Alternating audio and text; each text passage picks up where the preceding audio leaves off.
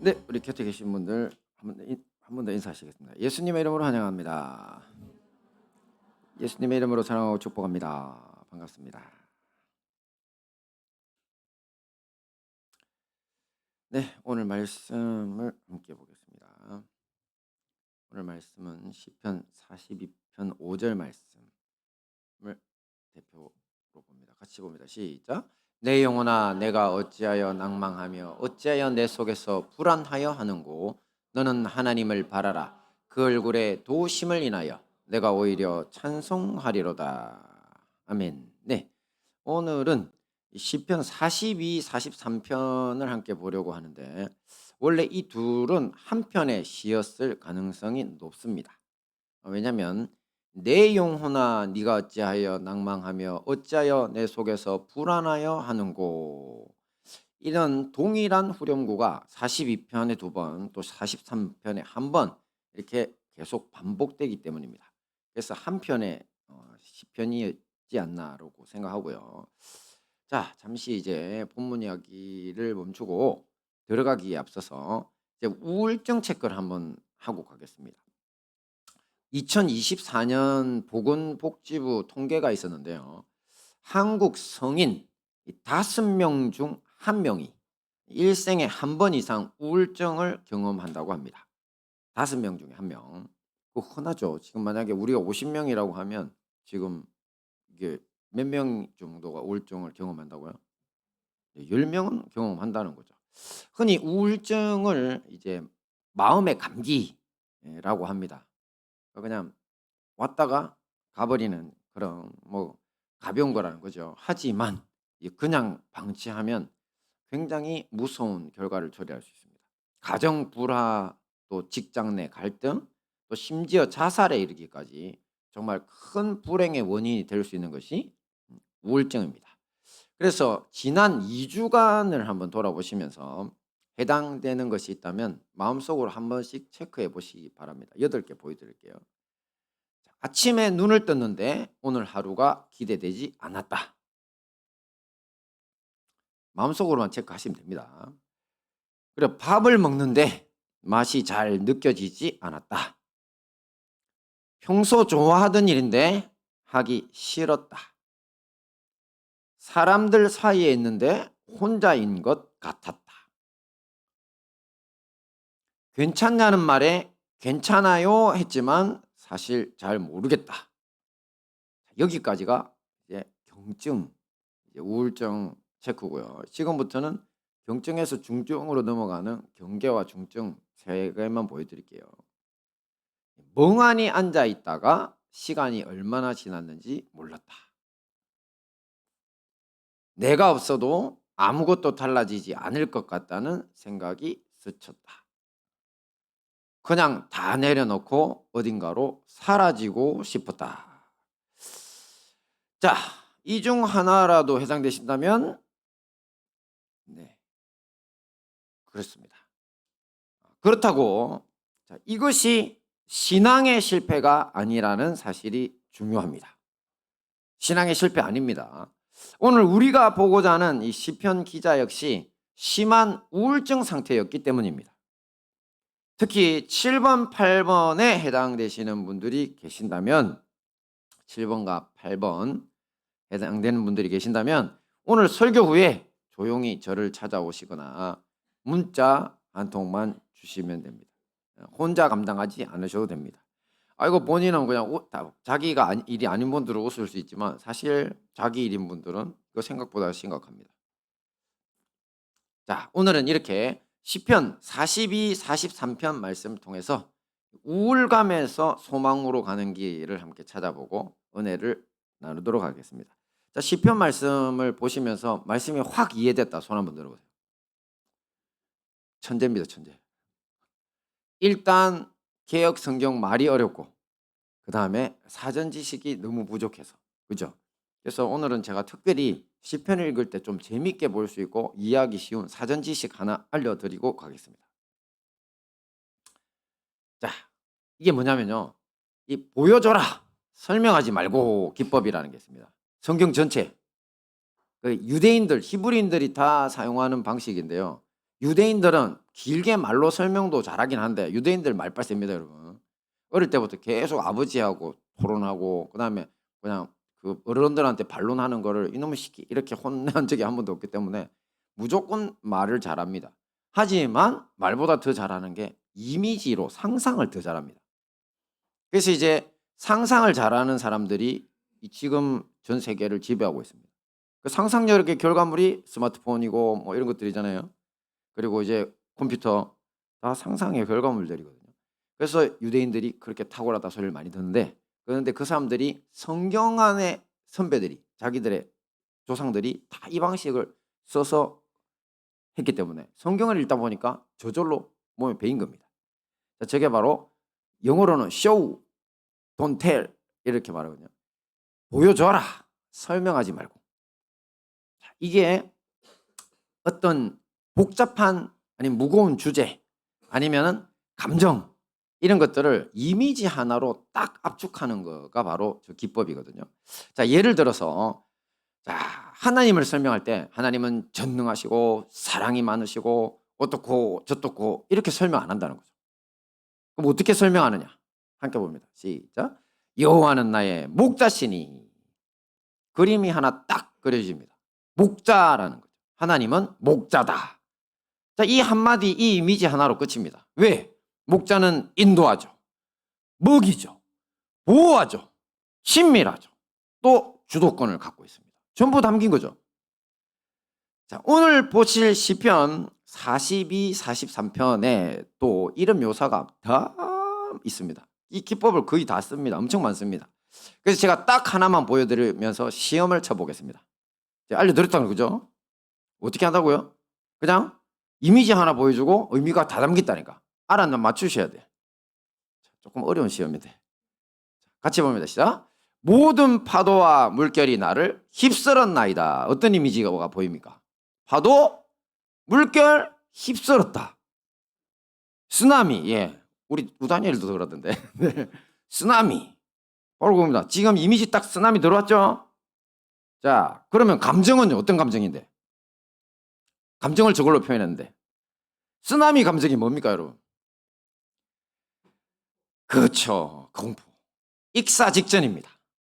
자, 만약 여러분이 바닷가에 서 있는데 갑자기 뭐 쓰나미 정도는 아니더라도 쓰나미는 몇만 명 죽잖아요.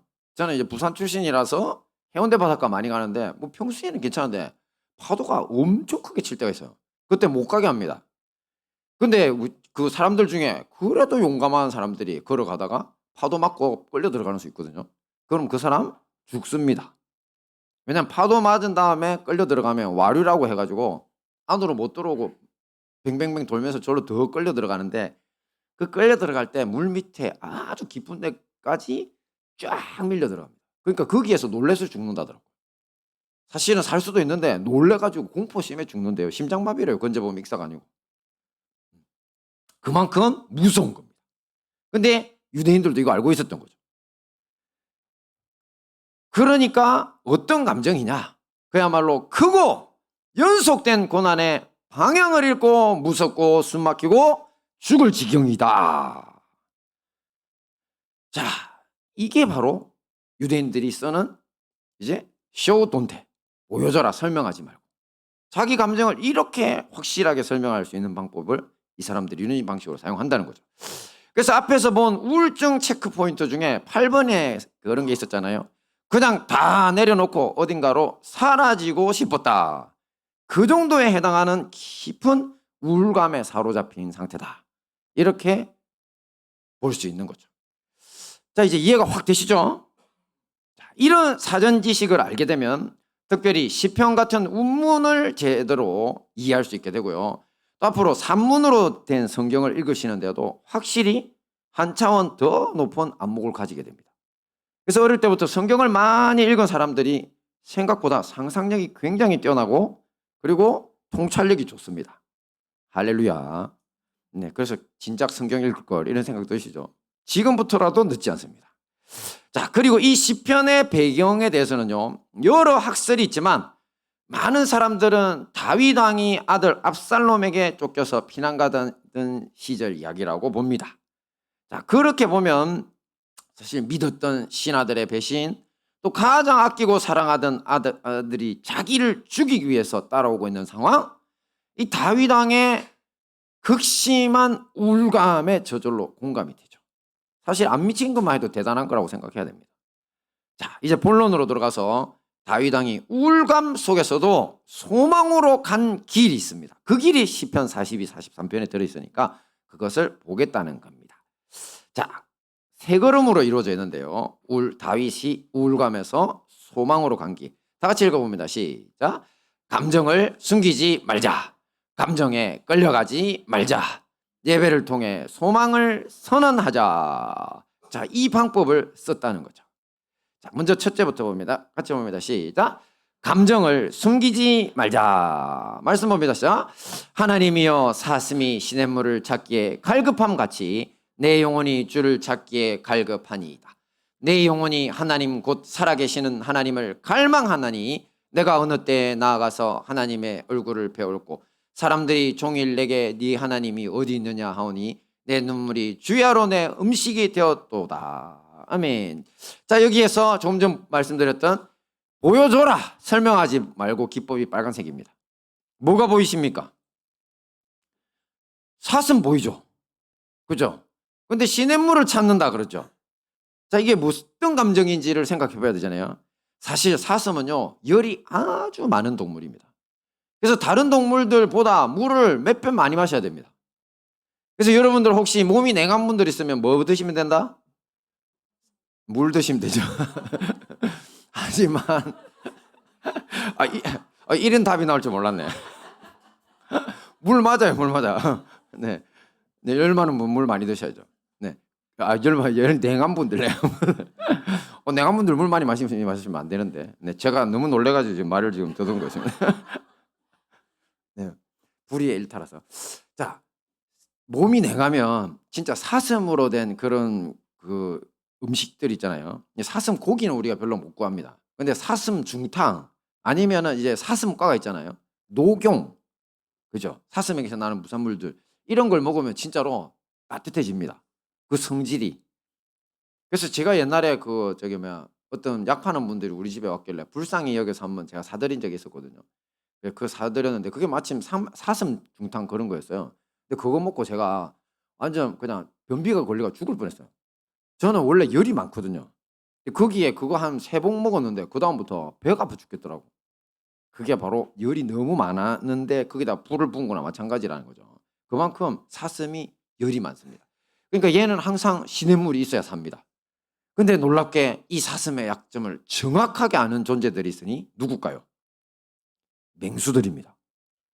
아무도 안 가르쳐 줬는데 얘들은 사슴이 시냇물을 찾는 것 갈급한 거 합니다. 그래서 어디 있으면 쉽게 사냥합니까? 그렇죠. 시냇물, 물 있는 근처만 딱 찾아가고 숨어 앉아 있는 겁니다. 사슴이 가보면 냄새 나잖아요. 그럼 그 시냇물 못 먹지. 그러면 하루 종일 이 사슴이 하는 일은 뭐냐면요, 시냇물 찾아 돌아다니는 일입니다. 불쌍한 거죠. 못 먹으면 죽습니다. 살기 위해서 하루 종일 물을 찾아 헤매는 사슴. 이게 지금 이미지죠. 그죠? 그러니까 원수의 압제 속에 하나님만 살려주실 수 있는데 하나님이 보이지 않아. 그래서 갈급하대. 너무나 절박한 그것을 이 이미지 하나에 담은 겁니다. 그리고 여기 사슴이 시냇물을 찬다는 게 그런 이미지라고 하면 그 다음에 두 번째는 뭐였습니까? 내 눈물이 주야로 내 음식이 되었도다 이렇게 말하죠. 이거 도대체 어떤 상태입니까? 이거는 이 그림에서 보이는 이 다윗 왕의 감정 어떤 감정일까요? 아침 저녁 여러분 밥 드시죠? 주야 아침 저녁 밥 드시잖아요. 근데 밥 대신 눈물을 먹는다는 거죠. 그림이 그려집니까? 그러니까 슬픔, 탈진, 식욕 상실, 끝없는 울음, 자꾸 눈물이 나. 그야말로 크나큰 슬픔이 다 들어있는 겁니다. 아까 체크했던 2번은 경증 우울증이었는데 그게 보면 밥을 먹는데 맛이 잘 느껴지지 않아. 이 정도의 극한 버전입니다. 사실은 중증 우울증 상태인 거죠. 자, 시편 42편 4절 같이 한번 봅니다. 시작. 내가 전에 성의를 지키는 무리와 동행하여 그들을 하나님의 집으로 인도하였더니 이제 이것을 기억하고 내 마음이 상하는 도다. 그렇습니다. 지금 다윗이 왜 이리 슬픈지 자기 슬픔의 이유를 지금 설명을 하고 있거든요. 근데 그 이유가 뭡니까? 그냥 성일이라고 하는 거는 우리 오늘 주일 같은 날, 아니면은 그 사람들에게 뭐 유월절 이런 절기들 그런 날이거든요. 그런데 다윗 왕이 그들과 동행하면서 그들을 인도했어요. 어디로? 하나님의 집으로, 성소로, 성막으로. 이 다윗 왕 시절에는 예루살렘 성전 없었습니다. 그 아들인 솔로몬 때 짓게 됐죠. 그래도 다윗 왕이 언약궤를 모셔오면서 예루살렘 성전으로 모셔오면서 성막, 성소가 예루살렘 안에 있게 만들었거든요. 그래서 여러분 아시는 것처럼 다윗 왕은 하나님의 언약궤 올 때 어땠습니까? 앞에서 춤추다가 옷도 벗기고 그랬잖아요. 그죠?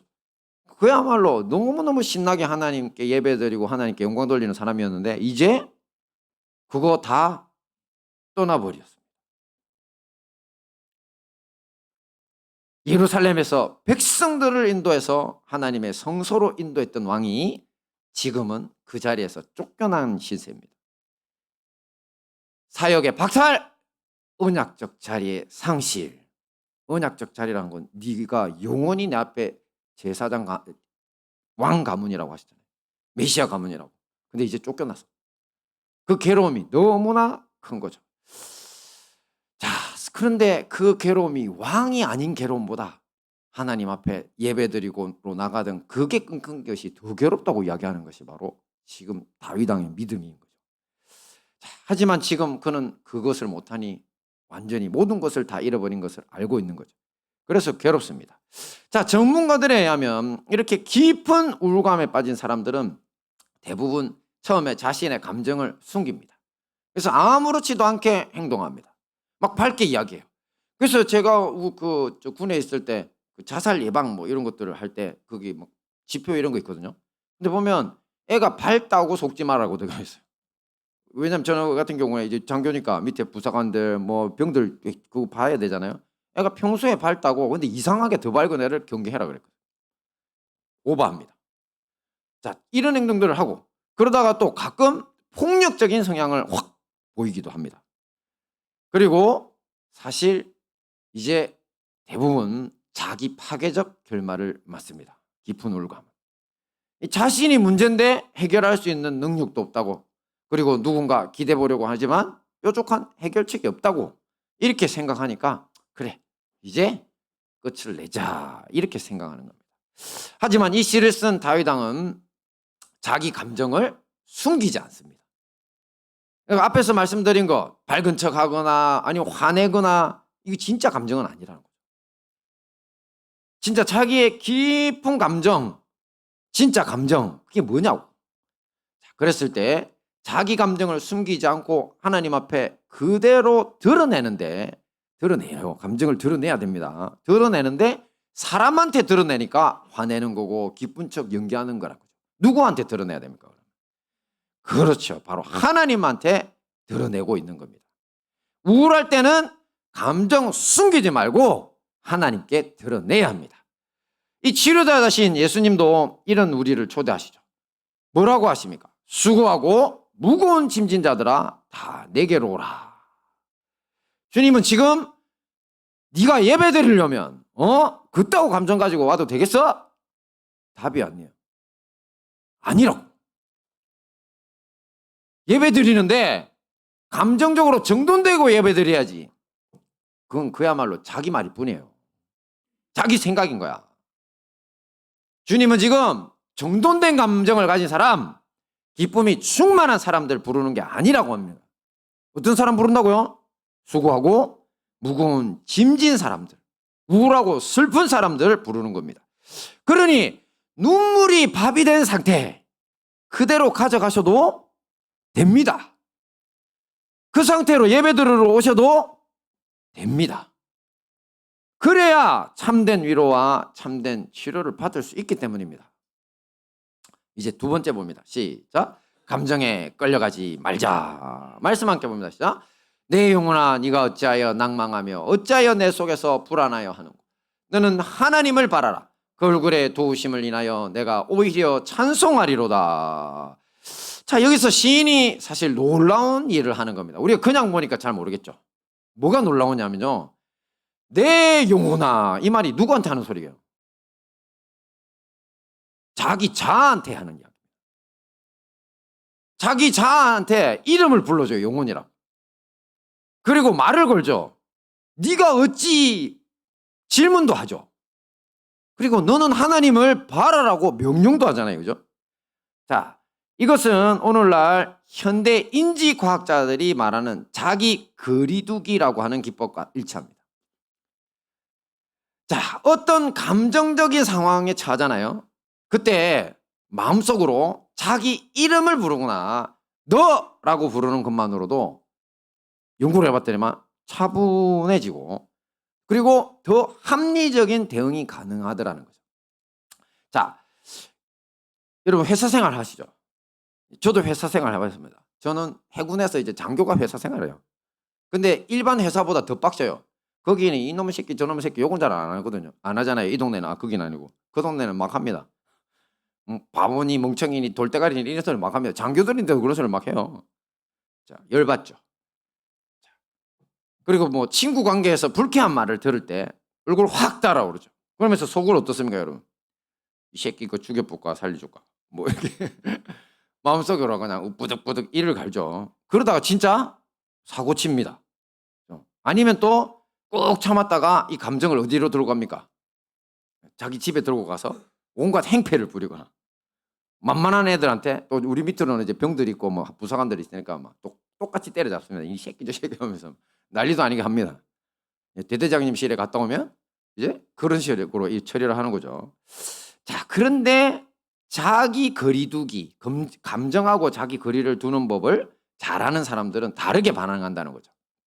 예를 들어서 제가 이제 군에 있을 때 만약에 이 상황이다. 우리 부장이 맨날 그런 식으로 갈구는 사람이거든요. 하여튼 제가 볼 때 약간 정신이 이상한 사람이었는데 그래도 할 수 없잖아요. 위에 부장인데.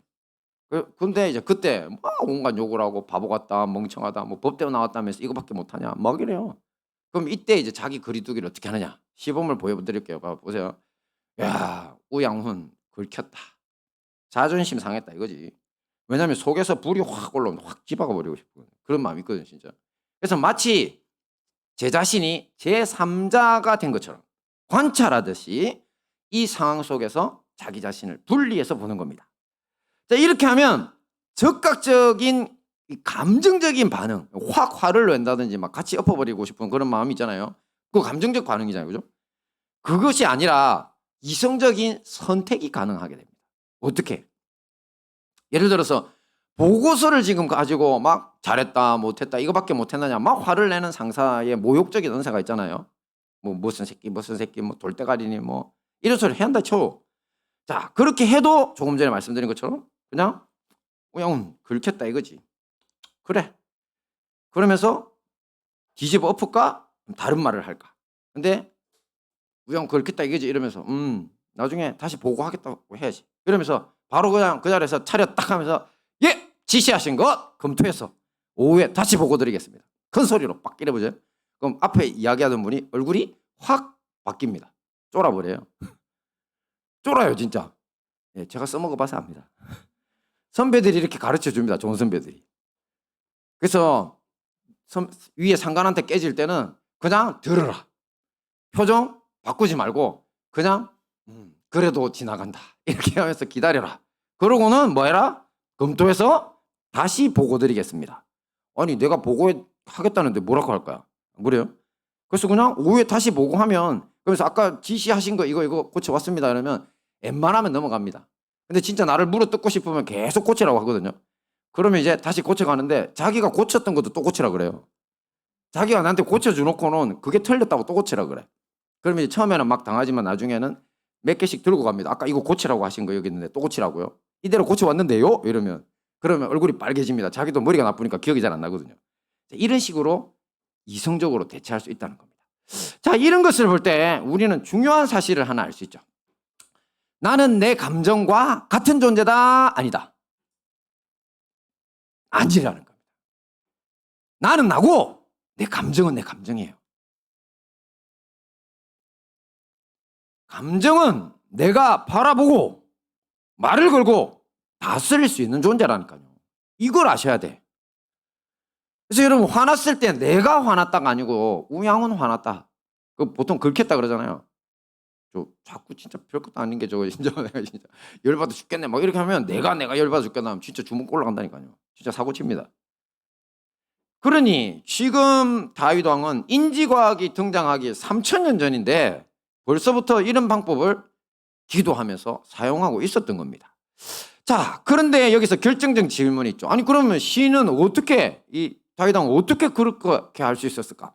야, 대단한 사람이다. 의지력 강한 사람이다. 이렇게 볼 수 있나? 그렇지 않다는 겁니다. 말씀 함께 봅니다. 시작.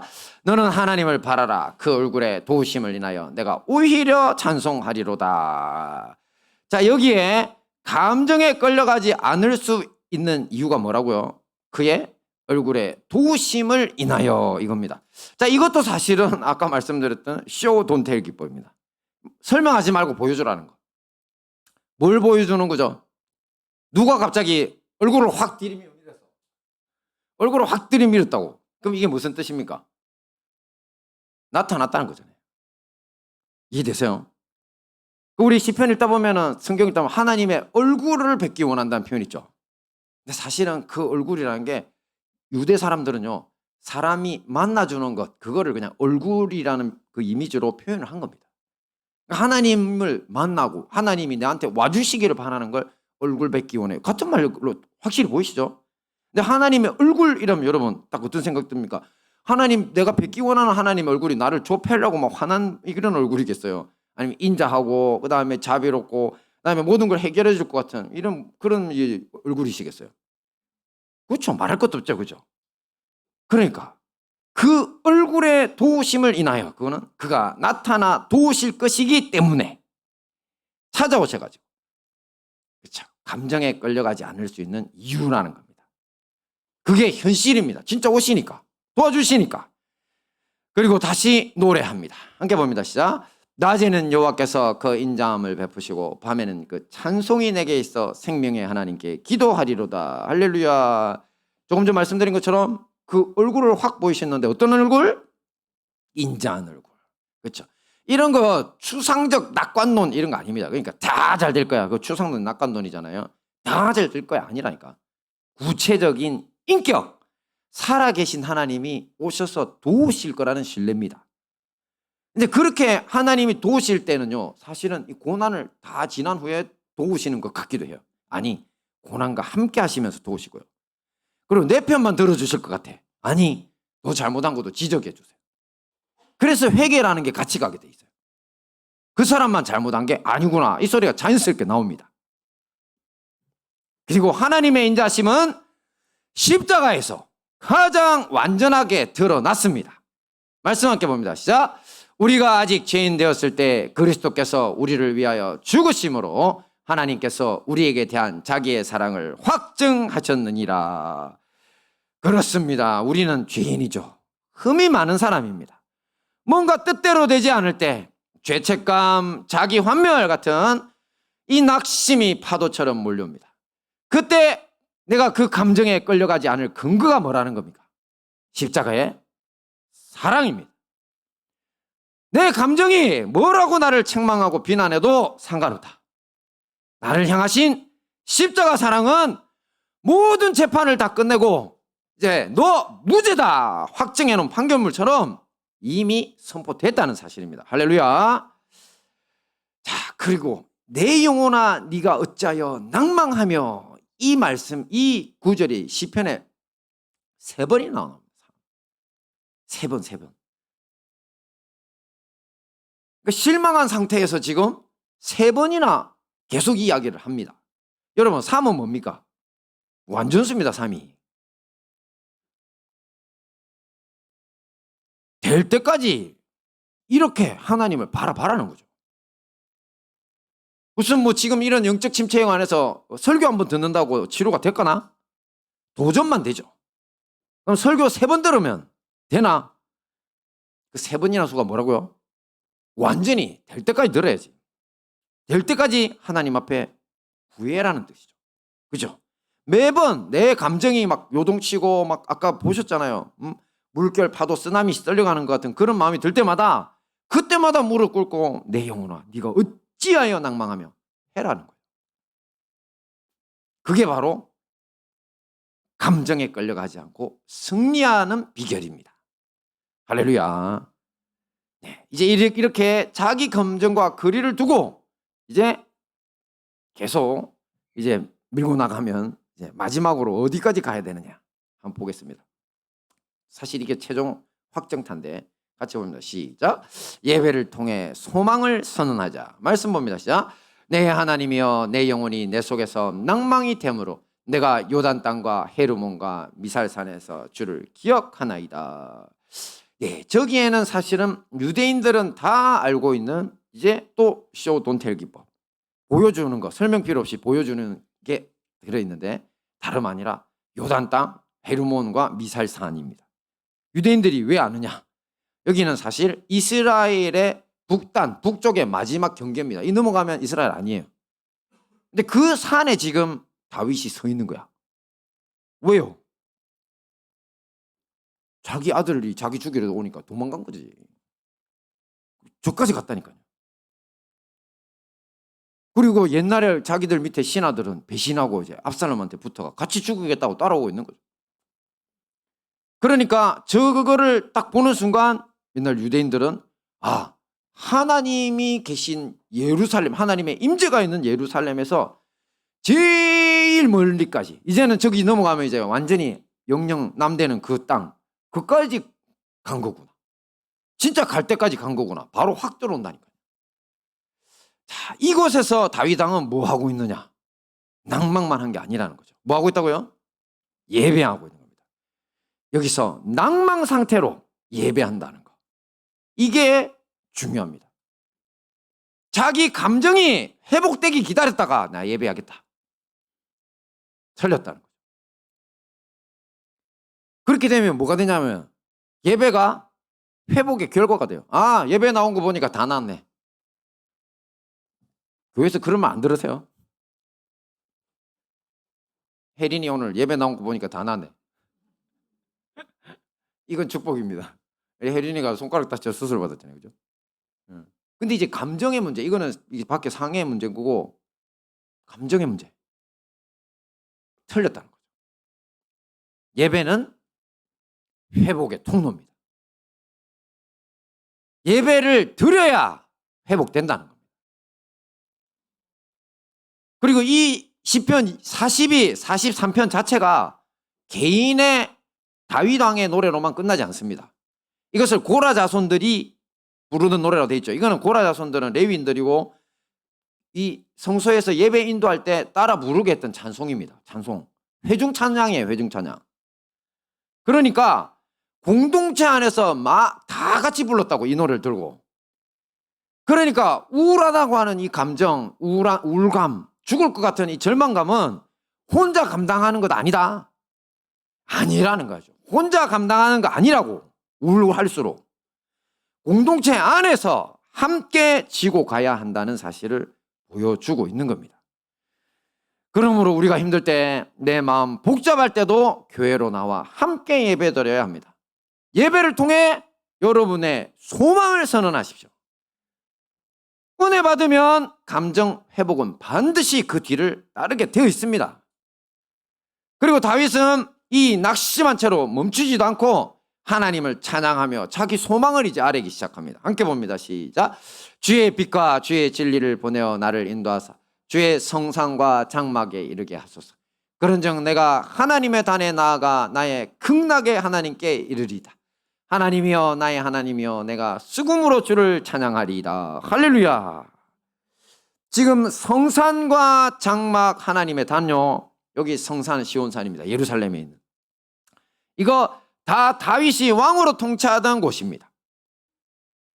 우리 같으면 왕에서 쫓겨났으니까 그 지위를 회복시켜달라고 이렇게 기도해야 마땅했을 것 같은데, 다윗은 하나님의 성막, 제단이 있는 곳, 하나님의 임재와 통치의 장소로 자기를 다시 이끌어 달라고 하나님 중심, 예배 중심으로 이야기합니다. 근데 그 하나님이 어떤 하나님이라고? 극락의 하나님이라잖아요. 극락의 하나님. 여러분, 불교도들이 저기 죽어서 가는데, 가고 싶어 하는데 어딥니까? 그 극락이에요. 우리가 천국이라고 말하는 걸 지극한 낙이라고 해서 극락이라고 부른다고. 그런데 다윗은 거기가 극락이 아니고 어디가 극락이라고요? 그렇죠. 바로 하나님을 찬양하고 섬길 수 있는 그 땅, 언약의 땅, 예루살렘에서 내가 직접 수금 연주하잖아요. 수금도 연주하면서 춤추면서 하나님 찬양하고 섬기는 그게 나의 극락이라고 고백하고 있는 겁니다.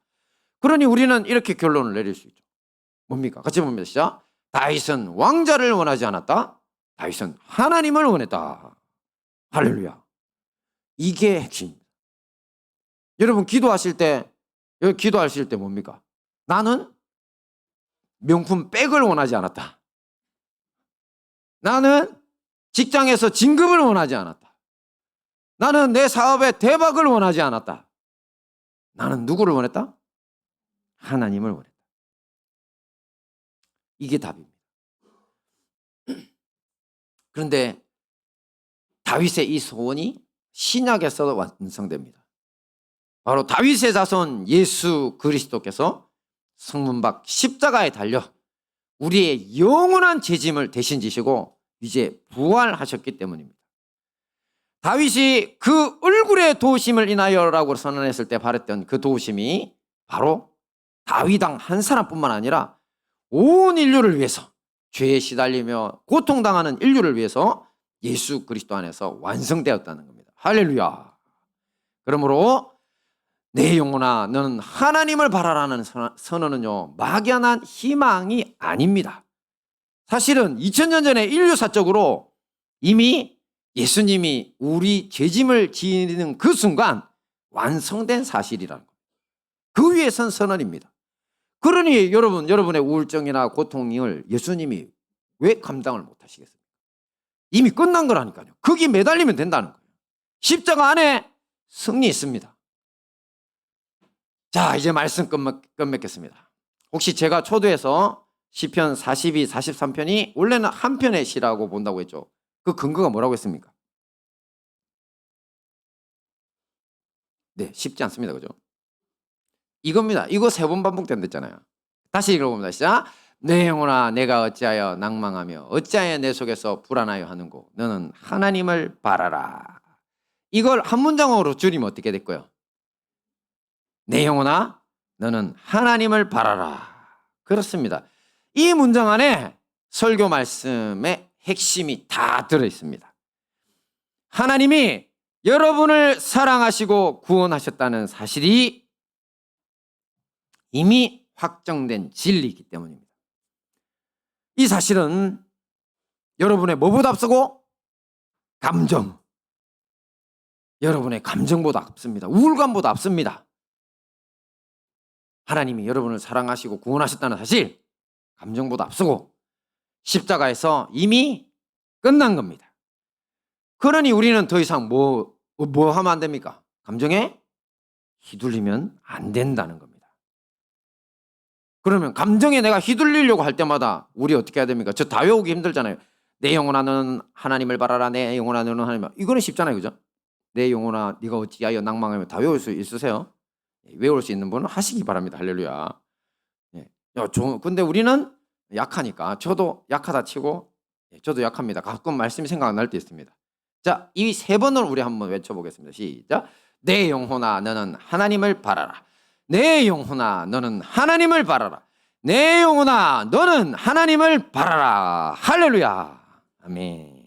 자, 그러면 이 말씀들 우리 구체적으로 삶에 적용하고 마치겠습니다. 자, 이번 주 하루에 자, 카톡 알림 하나 없다. 우리 애들한테 심각하죠. 네, 인스타도 없다. 자기한테 아무것도 안 날라옵니다. 그런 저녁이 있다 생각해 보세요. 그다음에 밥상 앞에 혼자 앉아서 숟가락 드는 것이 너무 무겁다.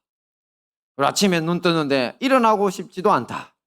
그 순간 예수님은 이미 여러분을 뭐하고 있다고 생각하시라고요? 부르고 있다고. 수고하고 무거운 짐진 자들아 다 내게로 오라고. 사실은 내가 외롭고 내가 괴롭고 힘들 때 저로의 찬스라니까요. 왜? 여러분이 안 외롭다는 건 여러분 옆에 누가 있다는 소리야. 남편 있고 아내 있고 자식 있고 뭐 이것저것 다 있다는 거잖아요. 친구 있고. 그러면 여러분 다 있으면 어떻게 됩니까? 다 있으면 하나님 안 봅니다. 진짜로. 있는 그 남편이 원수가 될 때 하나님이 보입니다. 할렐루야. 그게 진짜 이게 놀라운 사실인데, 그래서 제가 말씀드렸잖아요. 키에르 케고르 같은 실존주의 철학자도 하는 소리가 같이 쓰는 거 아니래요. 하나님 앞에 단독자로 서야 돼요. 그게 영적 실존이라 그랬어요. 그거는 같이 살아가는 동안 다 알게 돼요. 그래서 영적 실존을 가진 그 공동체, 또 부부, 자식, 부모 관계가 진정한 관계예요. 외로울 때 주님의 음성이 들린다니까. 근데 여러분 요즘 너무 안 외로워가지고 하나님 음성이 안 들리는 거예요. 진짜로. 요즘 우리 청소년들 중에 친구들한테 왕따 당하는 친구 있으면 할렐루야 하세요. 진짜. 누가 보이는데? 하나님 보입니다. 그렇죠? 더 다른 사람들 이야기를 해주고 싶지만 상처 입을까 봐. 왜냐면 이게 겁나는 부분이에요. 왜냐면 우리도 모르게 다들 경증 우울증들이 다 있어. 그래서 목사님 저 놔두라고 하는 소리네. 이러면서 저한테 원한 품을 수도 있기 때문에 저 이거 오해시키려고 있는 자리 아니잖아요. 그죠? 그러니까 그때 주님이 여러분을 부르고 있다는 사실만 기억한 다음에 수고하고 무거운 짐자들아 다 내가 오로리 몰라도 돼. 주님이 나를 부르시는구나. 내가 외로운 이 자리는. 자, 그때는 뭐라고 하면 되냐면요. 그냥 저 세 글자 세 번만 외치면 됩니다. 같이 봅니다. 시작. 아멘, 아멘, 아멘. 그렇죠. 그리고 내가 그래도 또 낙심이 찾아올 때, 아까 봤잖아요. 세 번 하는 이유가 계속 온다니까. 또 옵니다. 또 그때 뭐 해라고요? 그렇죠. 아까 우리 감정 거리두기 그거 생각하면서 내 영혼아 한번 해보시고, 내 영혼아 하면서 딱 나를 떨어뜨려 보고 그냥 우울해지고 죽으려고 하는 내가 보이면 야 영혼! 이렇게 소리 콱 질러버려. 그러면서 뭐 해라고요? 너는 하나님을 바라라. 세 번 외칩니다. 시작. 너는 하나님을 바라라. 너는 하나님을 바라라. 너는 하나님을 바라라. 할렐루야. 그리고 집에 가셔서 이제 오늘부터 뭐 해야 됩니까? 가정예배 하셔야 됩니다. 그죠? 우리 교회는 동서남북에 다 뿔뿔이 흩어져 있어서 매일 기도하러 오시라 예배드리러 오시라 못하죠. 제가 이해합니다. 또 현대인들 얼마나 바쁩니까? 그러니까 못하시는 거 이해하는데 대신에 집에 안 들어가 주무시지는 않잖아요. 그죠? 혹시 뭐 여관 잡아놓고 주무시는 분 있으세요?